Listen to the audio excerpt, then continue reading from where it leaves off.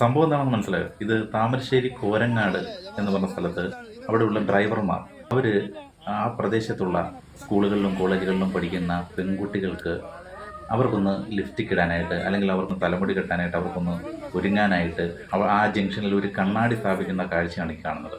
നമ്മൾ വിചാരിക്കും അവിടെയുള്ള ആ സഹോദരിമാരോടുള്ള ആ സ്നേഹം കൊണ്ട് അവിടുത്തെ ചേട്ടന്മാർ ചെയ്യുന്ന ഒരു നല്ല പ്രവൃത്തി എന്നൊക്കെ. പക്ഷേ സംഭവം അങ്ങനല്ല കേട്ടോ.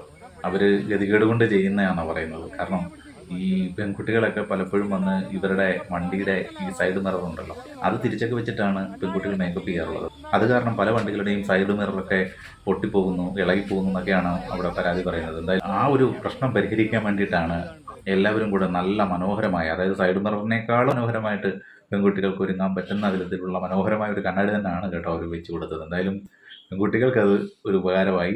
അതുവഴി അവിടുത്തെ ഡ്രൈവർമാർക്ക് അവരുടെ വണ്ടികളുടെ സൈഡ് മിറർ സംരക്ഷിക്കാനും പറ്റി. ജമാലുദ്ദീൻ എന്ന് പറഞ്ഞൊരു സഹോദരനാണ് കേട്ടോ ഈ വീഡിയോ ഇൻസ്റ്റാഗ്രാമിൽ പങ്കുവച്ചിരിക്കുന്നത്.